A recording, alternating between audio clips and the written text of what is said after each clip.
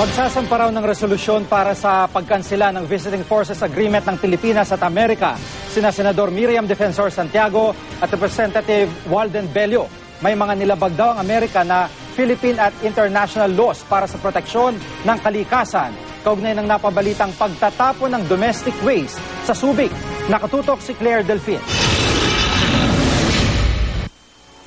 May mga naglutangang isdang guno o silver sides at jellyfish sa dalampasigan ng Subic kahapon ng umaga. Ayon kay Nicanor Robles, maintenance supervisor ng isang resort doon, simula noong Lunes pa raw niya napansin ang paglutang ng mga patay na isda. Nung napanood namin sa TV na yung ginagawa po ng mga nangontrata na mga kwan sa mga US Navy, tapos may nakuha silang mga container dyan, parang nagre-reflect sa isipan ko na baka ito na nga yung dahilan ng yung pangyayari ko. Kahapon din ng umaga, nagtungo sa Subic Bay Freeport Zone si Akbayan Representative Walden Bello upang tingnan ang lagay ng Subic Bay matapos ang napabalitang pagtatapon ng domestic waste doon ng isang US Navy contractor, ang Glenn Defense Marine Asia. Tinawag niyang racist ang binitawang salita sa media ni retired Vice Admiral Mateo Mayuga, ang Chief Executive Officer ng US Naval Ship Contractor. What we get from the US Navy are already pre-treated wastewater. So, and these are even cleaner than the waters that are coming out of our respective homes. I'm sorry to say that.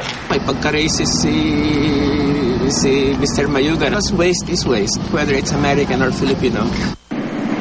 Itong US Naval Ship USS Emory S. Land ang pinanggalingan ng mga bilge water at domestic waste na itinapon sa dagat ng barkong pag-aari ng Glenn Defense ni MV Glenn Guardian. Sa tanong kung anong klaseng barko ang Emory Land, we are a submarine tender. We provide repair to nuclear submarines.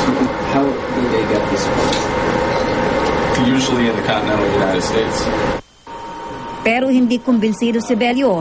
Sa Lunes daw magsasampa siya ng isang joint resolution para sa pagkansela ng Visiting Forces Agreement o VFA sa pagitan ng Pilipinas at Amerika. Si Senator Miriam Defensor Santiago naman ang kanyang counterpart sa Senado. Nilabag daw ng Amerika ang Philippine at international laws para sa proteksyon ng kalikasan. Under the VFA, the United States must assume responsibility for what its contractor has done. Pinuna rin ni Santiago ang matagal ng pananatili ng mga tropang Amerika sa Zamboanga City. We have negotiated a visiting forces agreement, but they are not visiting. They're there, squatting. Claire Delfin, Nakatutok, 24 Oras.